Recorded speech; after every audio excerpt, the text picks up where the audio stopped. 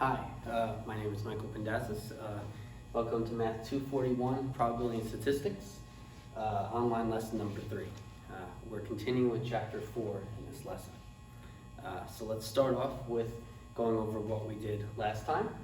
So last lesson we talked about 4.5, which is several important discrete distributions. And so we're talking about a few very important discrete distributions. And so in the first section of 4.5, we talked about the discrete uniform distribution, which has as a probability function f of x by equals 1 over n, and for all I from 1 to n. And so that just means that if you have a set with n distinct elements in it, the probability of choosing any one of those n distinct elements is 1 over n. The second section of 4.5, we talked about the Bernoulli distribution. And so we said that our random variable x takes a value of 1 for a success and 0 for a failure. Our probability function f of x is equal to p if x is 1 and q if x is 0. And that's called the Bernoulli probability function. Then we also talked about in 4.5.3 the binomial distribution, which has this binomial probability function, and we discussed how we get that function. We talked about sampling with replacement. In 4.5.4, we talked about the hypergeometric distribution. We talked about this probability function. It's equal to that, okay, with those conditions on x, and hyperbolic probability function, hypergeometric probability function. And then in 4.5.5, we talked about the Poisson distribution. And so it has that probability function right there, okay? Lambda to the x, e times e to negative lambda over x factorial for x, any non-negative integer, okay? And so that's what we did last lesson. And so let's continue from there.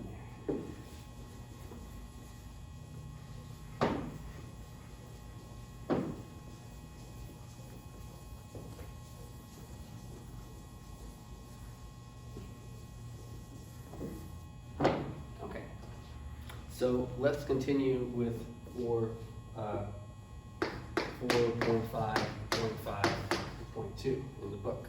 And so let's talk about example 4.16.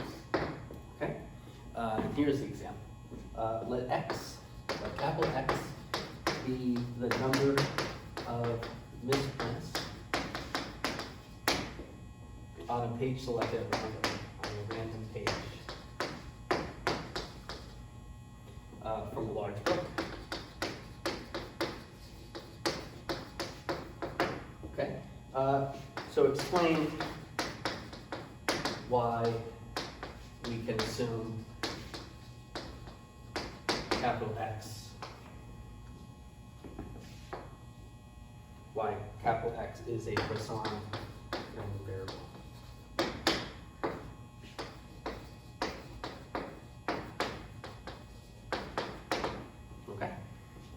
That's the goal. The goal is we want to explain why we can assume x is a Poisson random variable. That's the goal. Okay. So we're going to assume each page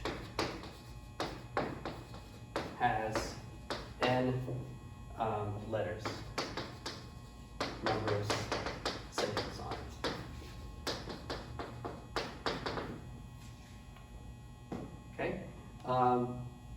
If the probability of an error in one of those symbols is equal to is less than 0.1, and there's more than 100 words on the page, then the probability of a certain number of misprints is equal to the probability given by the binomial probability function. And you can approximate this with the Poisson probability, and that's because our probability p is less than 0.1 and n is very large. And so since the probability of errors is very small, and our n is little n is very large, and our lambda equals np is 10, which is moderately small, then with these three conditions, we can say that we can approximate our binomial probability function with the Poisson probability function. Okay? And so we can say that the probability of a certain number of little x of misprints is approximated by the Poisson probability function, where lambda equals n times p. Okay? So again, since p is very small, n is very large, and lambda, which is n times p, is of moderate size because of those three things, we can approximate the binomial probability function by the Poisson probability function. This is, you would calculate this using the binomial probability function. Okay? Okay, and so we can assume that capital X is a Poisson random variable, right? If you have as your probability function the Poisson probability function, then we say that your variable is a Poisson random variable. Okay, let's keep going.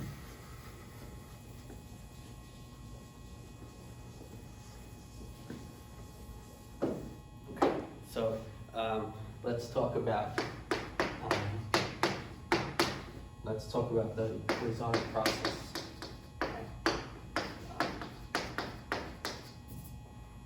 So make sure to read this and take notes on this, okay?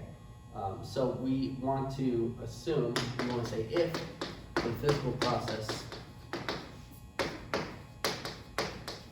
satisfies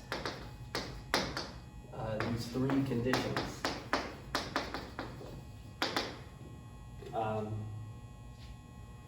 then the random variable x, which is the total number of occurrences of a phenomenon, something happens a certain number of times, within a fixed period of time.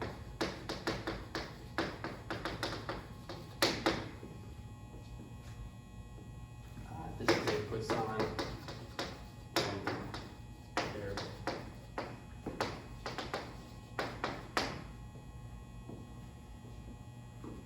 Okay, so if the three conditions I'm going to write down are satisfied, then we can consider our random variable x a Poisson random variable. Okay, so that's the conclusion, that x is a Poisson random variable. Okay, where x is the total number of occurrences of a phenomenon within a fixed period of time. Okay, and so these are the three conditions. Condition one is that the number of occurrences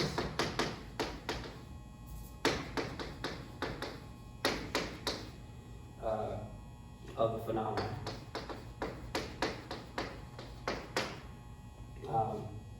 in any two or more disjoint intervals of time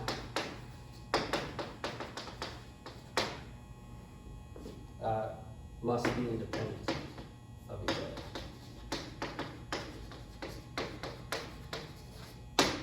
Okay, so the number of occurrences of phenomena in any two or more disjoint intervals of time must be independent. That's the first condition. The second condition is that the probability of at least one occurrence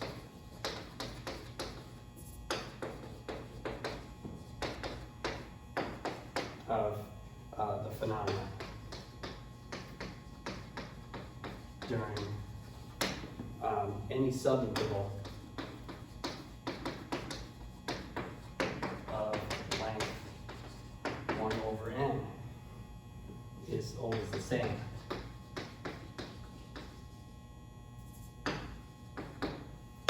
Okay. Also, if p sub n is equal to the probability of at least one phenomena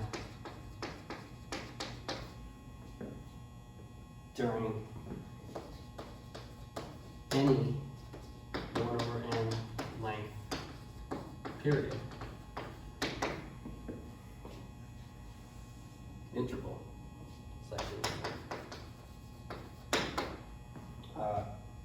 then there is a constant. There is a lambda constant greater than 0, such that the limit as n approaches infinity of n times p is equal to lambda. N times p sub n is equal to lambda. That's the second condition. Okay, and the third condition is that the probability of 2 or more occurrences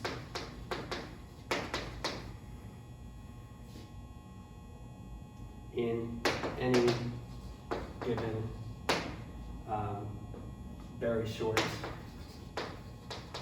interval of time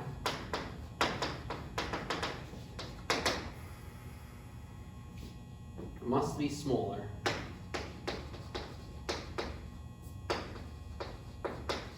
than one occurrence.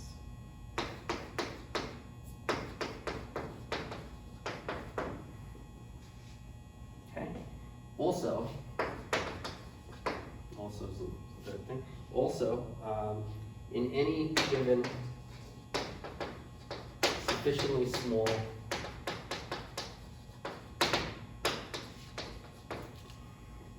length of time, interval of time,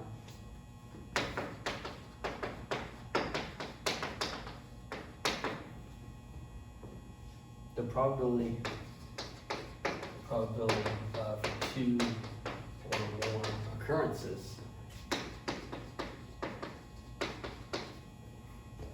must be about the same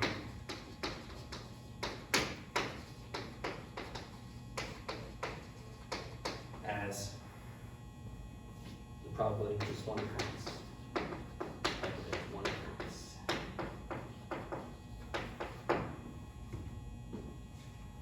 Okay. So let's look at all three of these conditions. Okay. So again, if you have a physical process that satisfies these three conditions, where x is the total number of occurrences of a phenomena within a fixed period of time.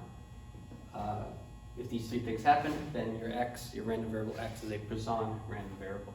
Okay, and condition 1 is the number of occurrences of phenomena in any 2 or more disjoint intervals of time must be independent. Okay, probability of A times B is equal to probability of A times probability of B, right? Okay. The 2, the probability of at least one occurrence of phenomena during any subinterval of length 1 over n is always the same. Okay, so if you take any subinterval of length 1 over n from your original entire interval, then that means that the probability of at least one occurrence in any of them is the same. Okay. Now, P sub n is the probability of at least one phenomenon during that length, that 1 over n length period of time. Then there's a positive constant lambda, such that the limit as n approaches infinity of n times P sub n is lambda. Okay. And the third condition is that the probability of 2 or more occurrences in any given very short interval of time must be smaller than one occurrence. And so if you take a very small interval of time, the probability of 2 or more occurrences is less than the probability of just one occurrence. Okay? And also, if you take a sufficiently small length interval of time, the probability of 2 or more occurrences must be about the same as the probability of just one. So the probability of 2 or more has to be almost the same as the probability of one. Okay? And it's smaller. And so it's smaller, but close to it. Okay? So the probability of 2 or more occurrences is smaller, but very close to the probability of one. That's condition 3. Okay, so if all those three things happen, then you could say that then the conclusion, which is right over here, is that those three things are satisfied, that there is a constant lambda greater than 0 for each t value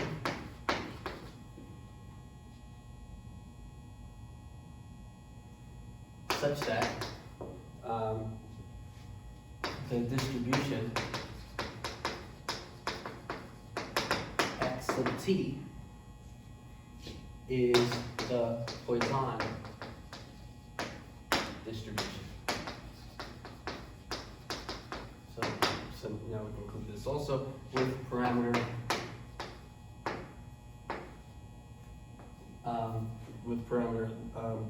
lambda t. Okay? And so what that means is that p of x of t is equal to lambda t dx e to negative lambda t over x factorial. And this is for x equals 0, 1, 2, x is any non-negative integer. Okay? Okay, and so this is what you use. Okay? So the distribution x of t is a Poisson distribution with parameter lambda t. And so that means that p of x of t is going to be that. Okay, okay, that's these three conditions are satisfied. Okay. So let's look at an example.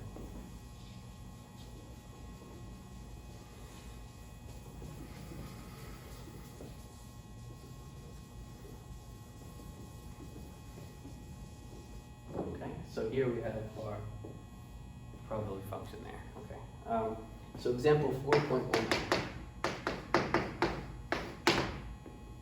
The number of telephone calls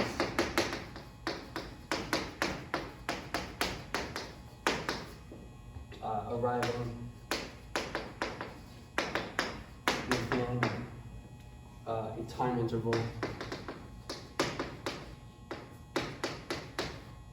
length little t in minutes is a Poisson process x sub t with lambda equal to 2. Okay? So we're going to use this function, x sub t, and lambda is going to equal 2 here. Okay.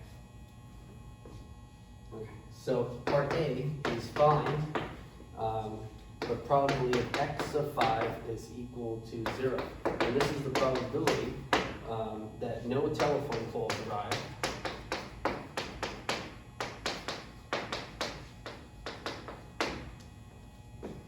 during a given 5-minute period.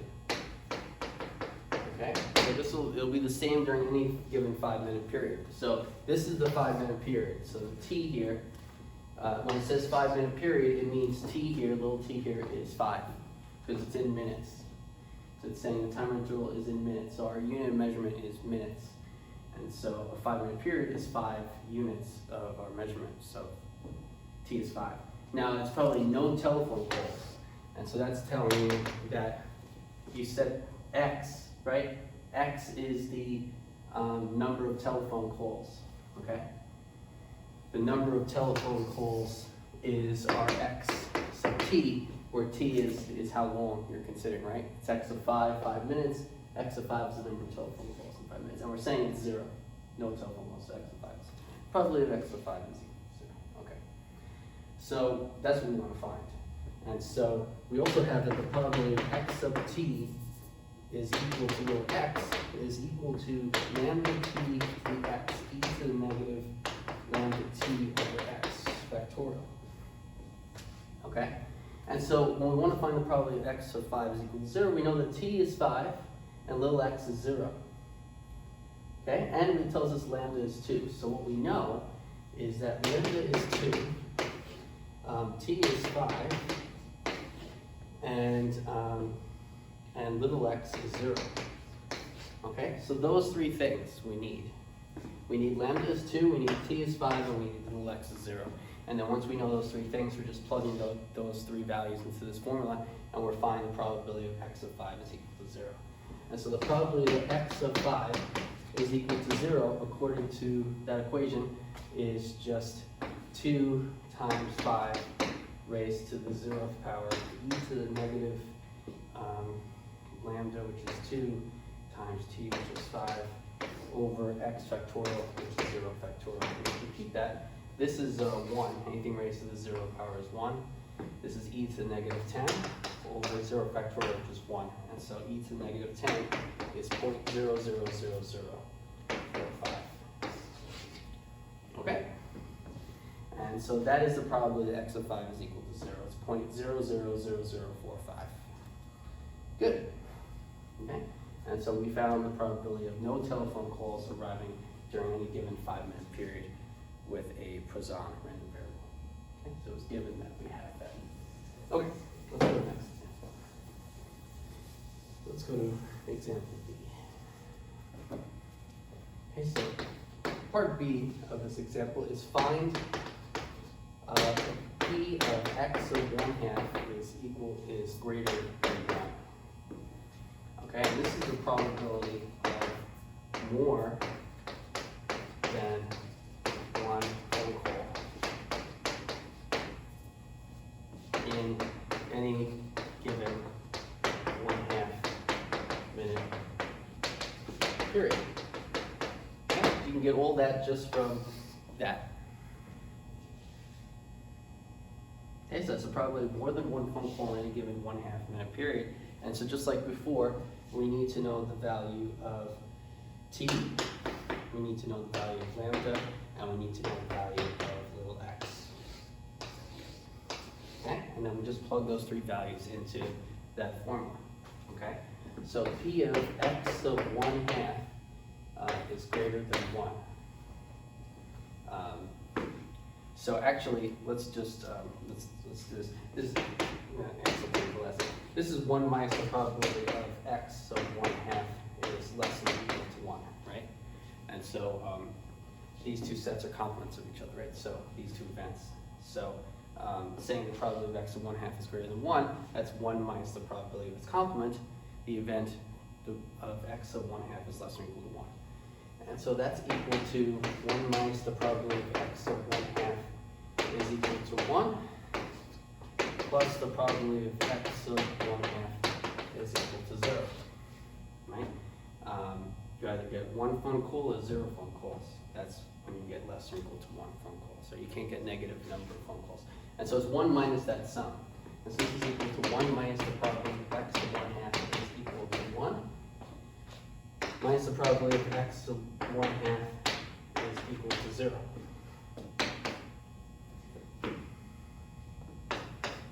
Okay, so the probability of x of 1/2 is equal to 1. And so we can just compute that using this formula and the three values, t, lambda, and x. And so lambda here is always going to be 2. That's not going to change. T is 1/2. And then x will depend on which one we're using. And so x is either going to be 1 or 0. Right here, x is going to be 1. Here, x is going to be 0. So this is 1 minus lambda times t raised to the x power, which in this case is 1, right? So here x is equal to x is equal to 1, and here little x is equal to 0. The other two values are the same.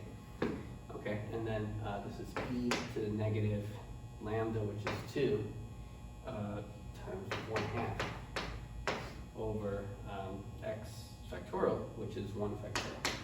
And this is minus 2 times 1/2 lambda times t raised to the x power, which is 0, e to the negative lambda, which is 2, times t, which is 1/2, over x factorial, which is 0 factorial. And so now this is going to equal 1 minus, this is 1 to the first power, which is 1 times e to the negative 1 over 1 factorial. That's e to the negative 1, and then you're subtracting e to the negative 1 again. And so then this is equal to 0.26424. Okay? Okay. So when you're given that you have a Poisson process, right, then you can just, when you know t, lambda, and x, you can plug into the formula. Okay. So it becomes 10 so that is that example.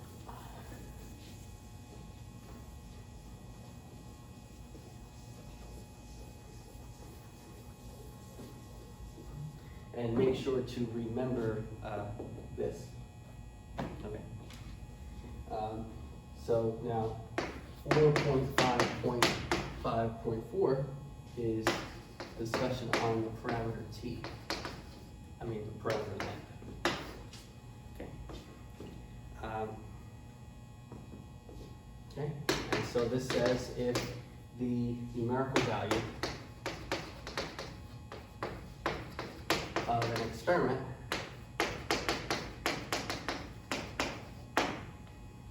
is a Poisson random variable,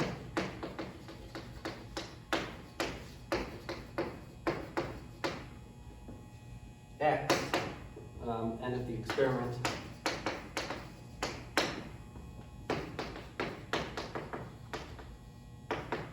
is repeated a certain number of times, we expect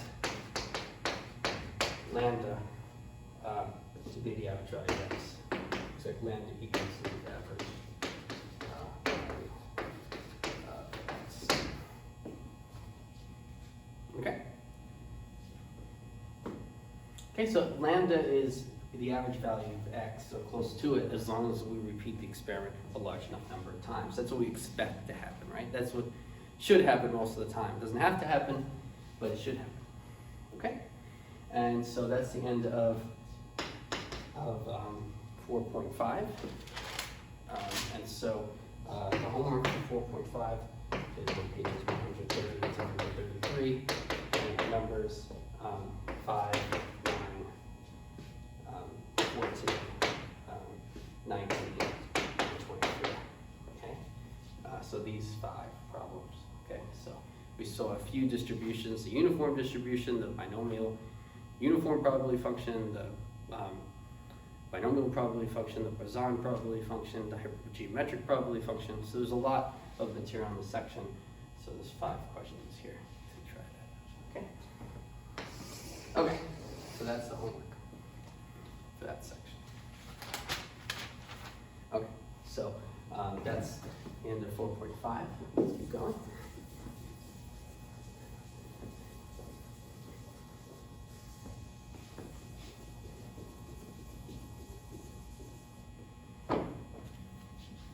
Okay, 4.6. The cumulative distribution function.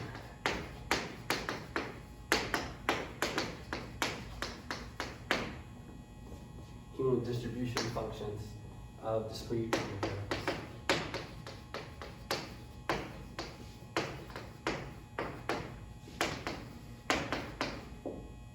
Okay, so it's talking about cumulative distribution functions of discrete random variables in 4.6. So let's start with the definition. So definition 4.8. The function capital F of x is equal to the probability of a variable being less or equal to some little x for any real number x is called the cumulative distribution function. Okay, and so here we're talking about a discrete random variable. Okay, so the discussion on a discrete random variable will be different than the discussion on what's called a continuous random variable. Okay, okay, so we're talking about discrete random variables here. Okay, so this function is called the cumulative distribution function. Okay, and so let's look at an example of this, and so that's example 4.20, and it's finding the cumulative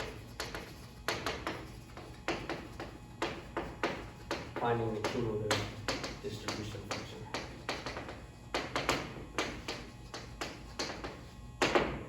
Okay, so in this example, we want to find the cumulative distribution function.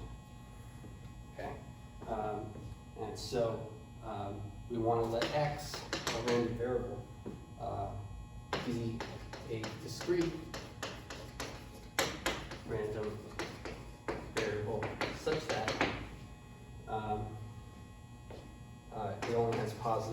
it only has values -1, 2, 5. Okay. And so suppose the probability function of little f of x is this piecewise function, where it's equal to 1/4 for x equals -1, 1/2 for x equals 2, and 1/4 for x is equal to 5. And so that's our probability function for x. Okay, that little f of x is a probability function for a variable x. Okay. Right, and it's a discrete random variable because it only has it only takes on 3 values, -1, 2, and 5. And so a random variable that only has finitely many values, that's one case of it being a discrete variable. Okay. Right, discrete follows from the fact that there are only 3 of these guys. Okay. So we want to find the cumulative distribution function. That's our goal. Okay. So our cumulative function is going to be called capital F of x. And so let's think about this. If we want to know the value of that function, right, it's the value, the supposedly that our random variable x is at most little x. And that's equal to 0 if x is less than -1. Right? If we want to know the probability that our random variable is at most a number less than -1, well, that probability is 0. Because there's only a chance of x being -1, 2, and 5, right? There's the only possible values of x are -1, 2, and 5. So the probability that x is at most something smaller than -1 is 0. So capital F of x, little x is 0. Now capital F of x, which is the probability of x less or equal to little x, is equal to little f of -1, which is 1/4, if -1 is less or equal to x strictly less than 2. I'm going to circle the intervals here. Now, if our little x is at least -1, but still less than 2, then if I wanted to know the probability that little x is at most a number that is either at least -1 or less than 2, then the only chance of x being one of those values is if x is -1. And that chance is 1/4. The chance of x being any other number in that interval is 0. And so the probability of it being anywhere in that interval is exactly equal to the probability of it only being at -1, which is 1/4. Okay. Now, if f of x, the probability of x less or equal to little x is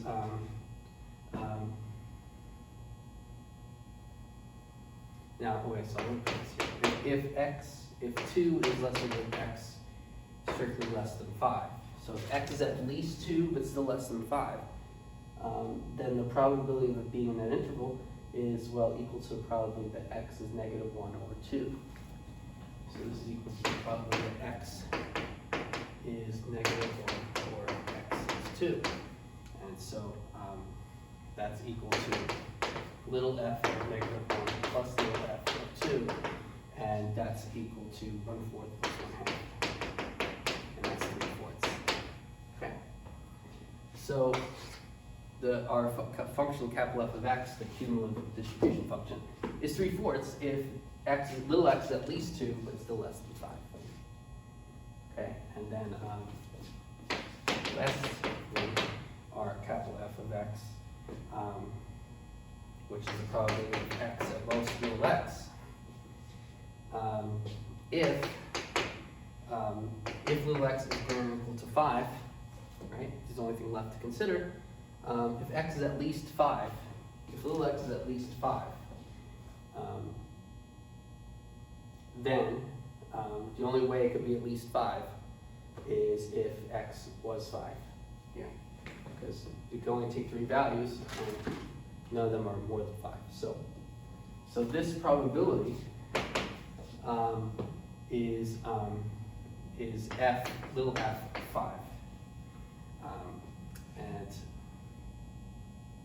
Oh no, sorry. If x is at little x is at least 5, then the probability that little x is at most that is well, the probability if x is -1 or 2 or 5, sorry, is the probability of little x is -1 or little x is 2 or little x is 5.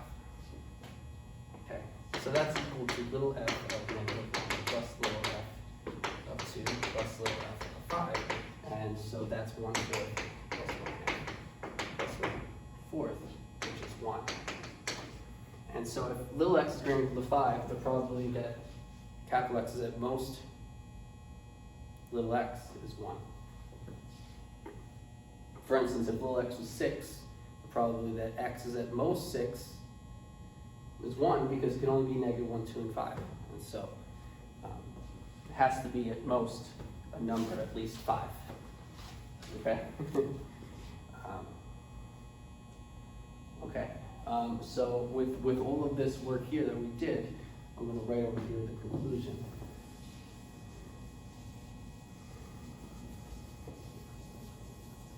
And so our conclusion is that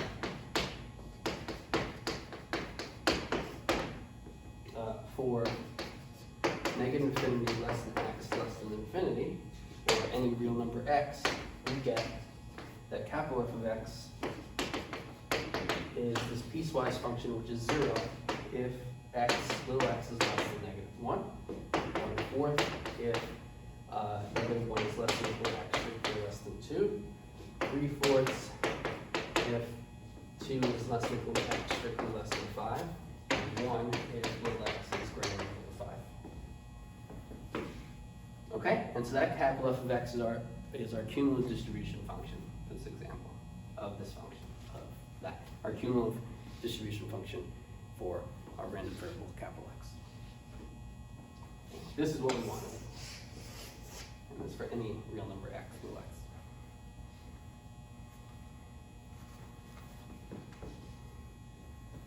Okay. And then if you were to graph it,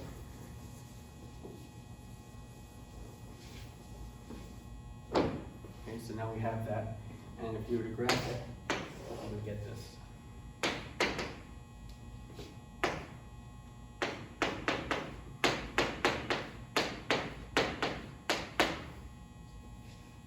Okay, so let's say that we have our values here, -3, -2, -1, 0, 1, 2, 3, 4, 5, 6. Then it would look like this. If little x is less than -1, the value of the function is 0. If it's between -1 and 2, but strictly less than 2, the value is 1/4. And if it's between 2, including 2 and not including 5, it's 3/4. Okay? And then if it's little x is greater than or equal to 5, it's 1. Okay? And so this is our cumulative function, y equals capital F of x.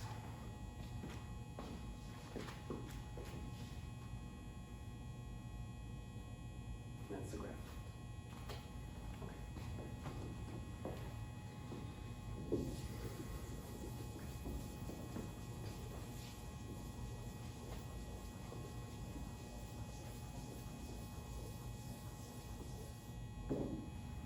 Okay, so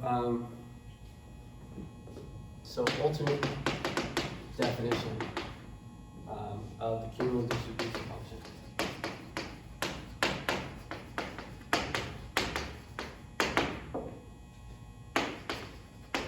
Of a discrete random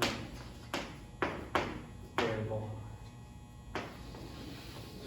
Okay, and so little f be the probability function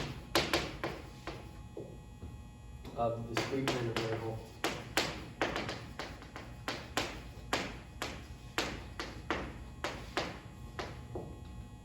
capital X. The function capital F of x is equal to the sum over little x over t less or equal to little x of f of t for negative infinity less than x less than 3 for any real number x is the cumulative distribution function.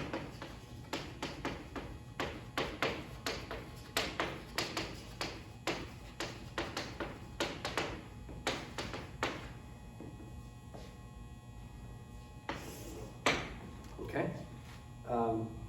So the sum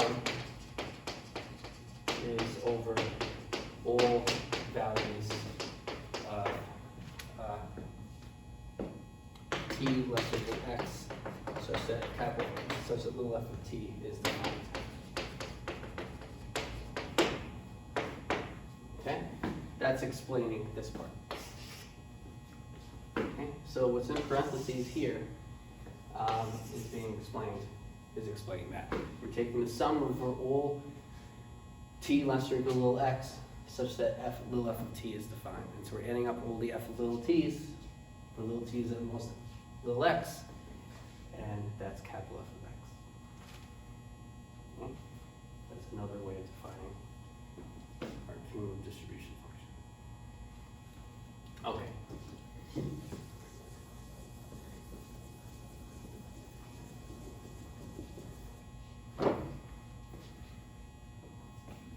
Okay, so example 4.21 is finding the probability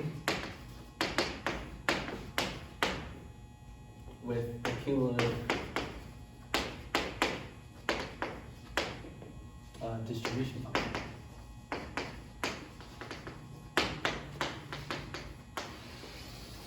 Okay, so we're going to find the probability with the cumulative distribution function. And let capital X be a discrete integer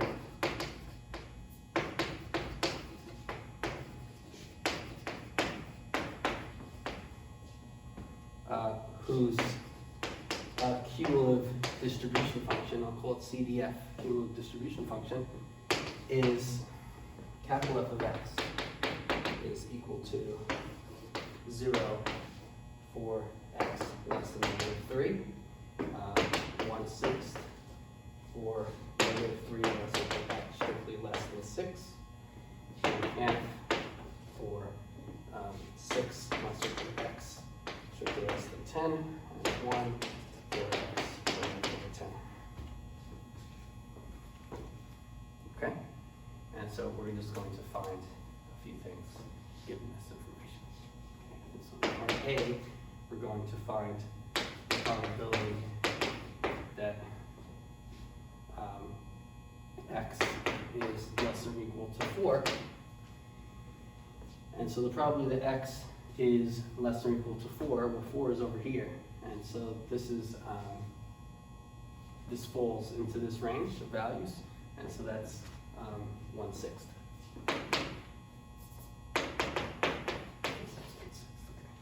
The probability of -5 strictly less than x less than or equal to 4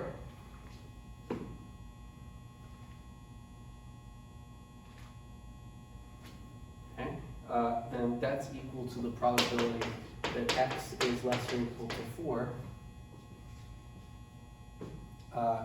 minus the probability that x is less than or equal to -5. So what we want is a variable that's greater than -5 and at most 4. And so let's find the probability that's at most 4 and subtract the probability it's at most -5. So we're saying, what are the odds that x is at most 4 and not at most -5? Okay, and so this value, probably x is at most 4, is 1/6. And it's minus the probability it's at most -5, which is 0. That's equal to 1/6. The probability that x is equal to -3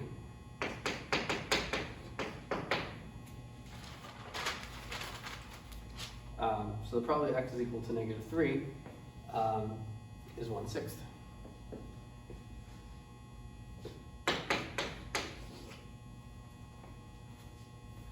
Okay, and the probability that x is equal to 4 is, well, x is equal to 4 is in this range, and so that's, sorry, okay. So the probability x is negative 3 is 1/6, and so what's happening here is that when x is less than negative 3, the probability is 0, right? But then once you get to negative 3, the probability becomes 1/6. And so that means that what had to have happened is that the odds of being negative 3 have to have been 1/6, because when it was less than negative 3, it was 0. And then once you get to negative 3, it then jumps to 1/6. And so that means the probability of that particular value had to be a positive number in order to jump from 0 to 1/6, right? And so that's because the change is happening at negative 3. That's why the probability of x equals negative 3 is 1/6. Probability of x is equal to 4, which is in this range of values. Well, when x is in this range, but less than 4, it stays 1/6, right? And so when you get to negative 3, the probability is 1/6 at most negative 3. But then as you start increasing x but stay in this interval, it stays 1/6. So that means that the probability of those other values have to be 0. And it's not until we get to 6 where it'll jump to 1/2, right? So there'll be 2/6. The probability of 6 will be 2/6, right? The probability of negative 3 will be 1/6, and the probability of 6 will be 2/6. But in between, everything in between, the probability is 0. So the probability of x is equal to 4 is 0. Okay?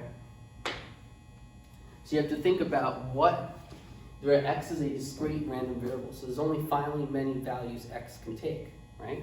And so x only takes values at negative 3, 6, and at 10. That's the only places where the odds change of getting a value of x at most something, right? Okay, so you're only getting, for negative 3, 6, and 10, those are the only 3 values x takes, so our discrete random variable. Everything else is 0. Okay, so that's why this is 0. Okay, so that's part A.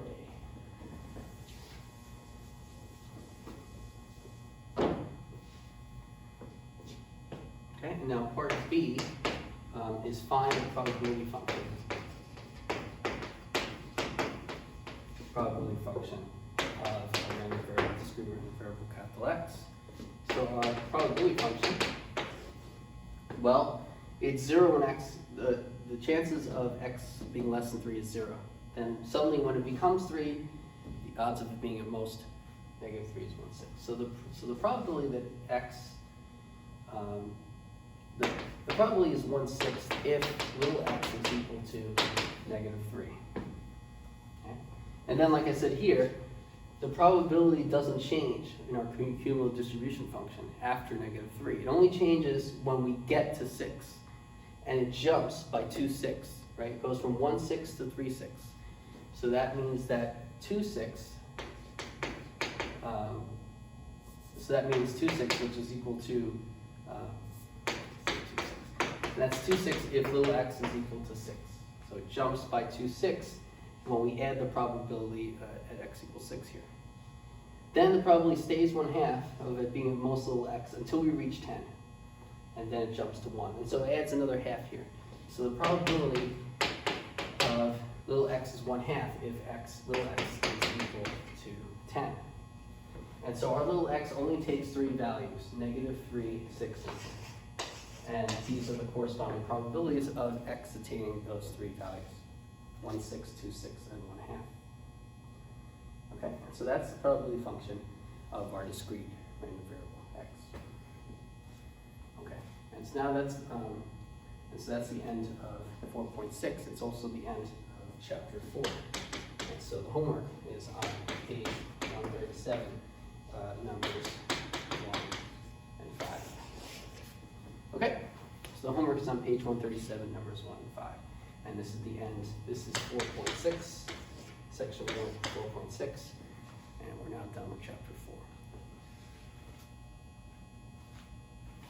Okay. Okay.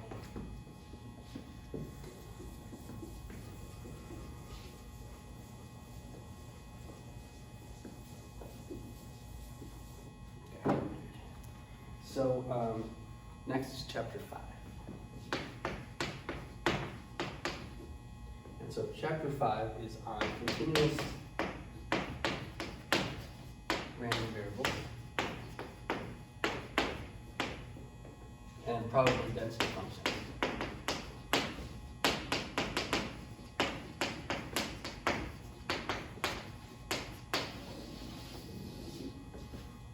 Okay, so chapter 5 is of continuous random variables and probability density functions.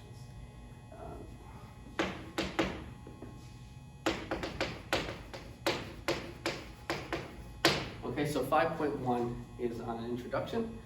Okay,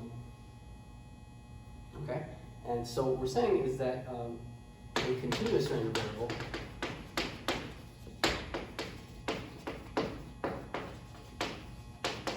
happens is when the set of possible values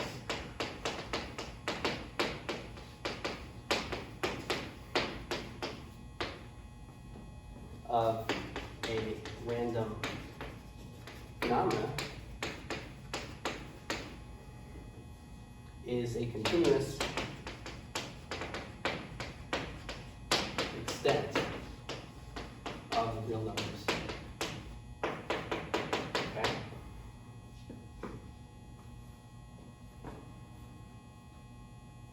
Okay, so when you have a set of possible values of a random phenomena, it's like a continuous extent. Like for instance, if you were to think of an interval of time, you would think of a continuous random variable. Okay? Okay? And so we're going to be thinking about continuous random variables in chapter 5 and probability functions on them. Okay. Okay. So that's 5.1.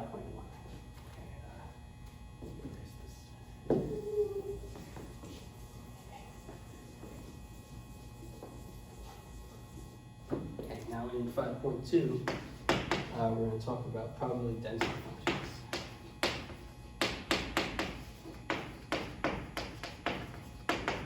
For a continuous random variable. Okay, so the probability function little f of x equals capital P of x of little x is important here. Okay, so we're going to be using that. Okay, and so let's say let's assume that little f of x, which is capital P of x of little x, is the probability an arrow shot at a target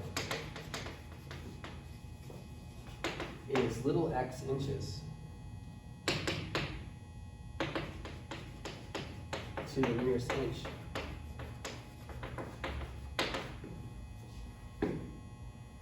is little x inches away. Okay? So you have a target, you have the center of that target, and then you have the target there, and then let's say the arrow hit there. That's where the arrow struck. Then little x would be the distance from where you hit the target, from where the arrow went to the target, and little x would be to the nearest inch. And so we're only going to deal with non-negative integers, 0, 1, 2, 3. So wherever we hit the target, it's going to be to the nearest inch, 0, 1, 2, 3, 4, 5, and so forth, inches away from the target you're trying to hit. Okay, so we're assuming that.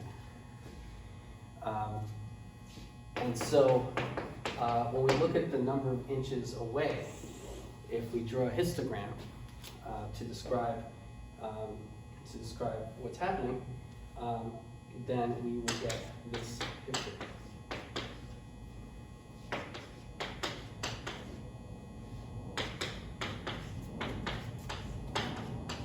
Okay, and so let's say we get this picture here.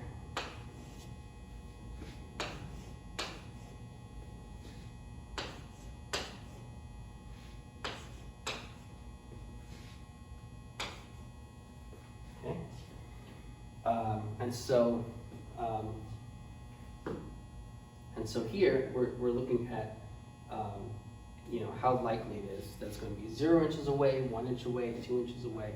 And so the most popular one is 1 inch away. So the most number of times, the distance is going to be 1 inch away from target. It's going to be one number, just one. And then as you're thinking of further away from the target, it's less and less likely to happen, right? It's somewhat likely that you hit the target. It's a lot more likely maybe you're 1 inch away, and then whoever's shooting isn't that bad. And so the further away you go, the less likely that person is going to miss by that much, okay? And so that's every inch. And then if you do a half inch, right? So if we were thinking of a half inch, if we were dealing with a discrete random variable where, and instead of thinking of the distance being inches, instead if you thought the distance is half inches, and you do the histogram for that.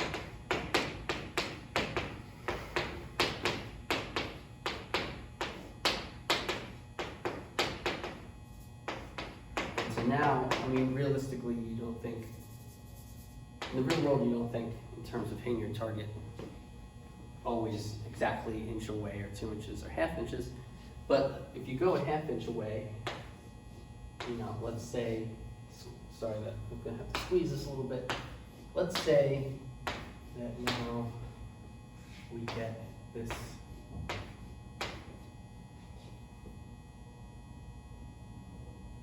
Okay, and then we keep going. Okay.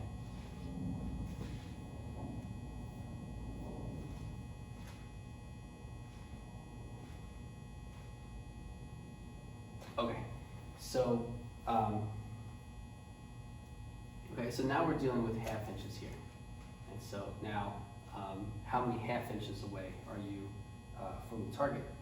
But then if you take the limit of all these histograms, where you could take half inches, quarter inches, eighth inches, 16th inches, and then you continue trying to refine your estimation of how away the target is until you're essentially saying exactly how far away you are from your target. Then if you take the limit of these probability histograms,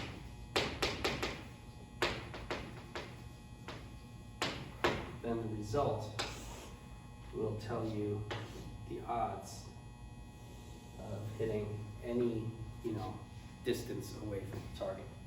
And so this would be 0, then 1, 2 inches, 3 inches, 4 inches, 5 inches, 6 inches, 7 inches, 8 inches, 9 inches, 10 inches. Instead of just talking about how likely it is you're 3 inches or 5 inches away, you can now look at the limit of the probability histograms and say, what are the odds of 2 7/9 inches away, or 2.34578228225 inches away, right? So any real number distance away from the target, you can look at the limit and find what the probability is of it being that far. Well, you can see what the limit is here. Okay, so we'll talk about the probability though. It's not going to be quite the value of that. Okay.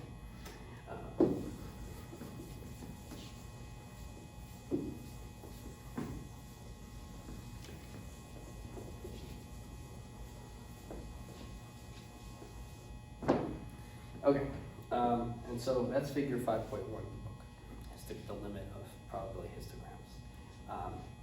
Okay, and so the limit of the probability histograms is called the probability density curve.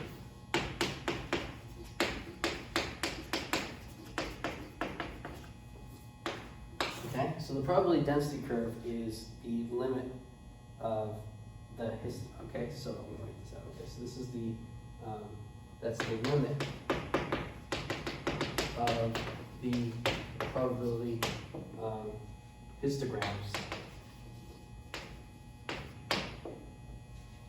of the corresponding discrete random variables.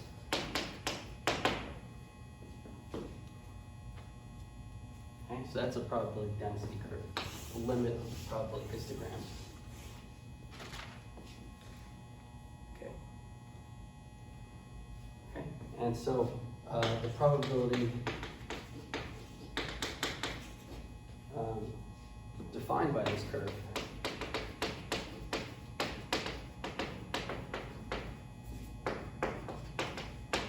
is the probability density function of x.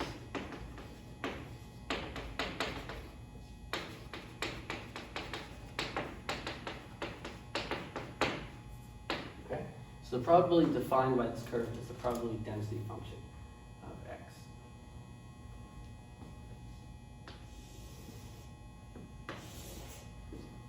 Okay.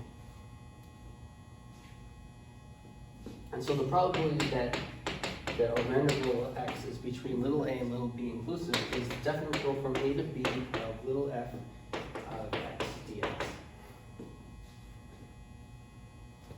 Okay, and so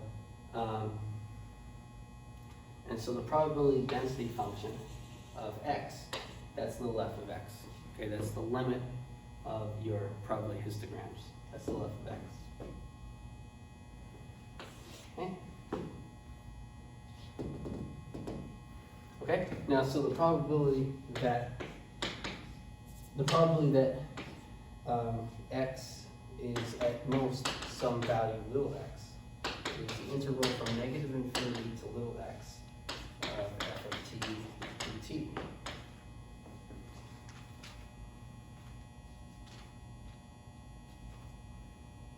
Okay, so you want to think of these two probabilities in following examples. Okay, you can find the probability that x is in a range of values, or the probability that x is at most some fixed number, real number value. Okay, so let's look at example 5.1, and let's say the experiment is selecting a number from the interval, open interval 2, 4. So select a number at random from that open interval. Okay? And we're going to assume that if subintervals I1 and I2 are equal in length, so if that happens, that implies that the probability of the number being either is the same. So the probability that little x is in either is the same. Okay? So we're going to assume that if I1 and I2 are equal in length, then the probability that x is in either one is the same. Okay? And we're going to let x equal the number selected. Okay? So 3 things to think about. The experiment is a number from strictly between 2 and 4. We're assuming that statement. And x is the number selected in that open interval. Okay? Then the probability function is equal to 1/2 for 2 less than x less than 4 and 0 elsewhere. So we kind of have a uniform probability, and so that means that since its length is of length 2, then we have to think of the probability of each. We have to think of the probability of one being 1/2. Okay. And then a little x. Okay. Good. Okay, and so the homework for this section is page 145 to 146, numbers 1, 2, and 4. Okay, and so that's the homework for this part. And so we're going to stop there for this lesson, and I'll see you next time.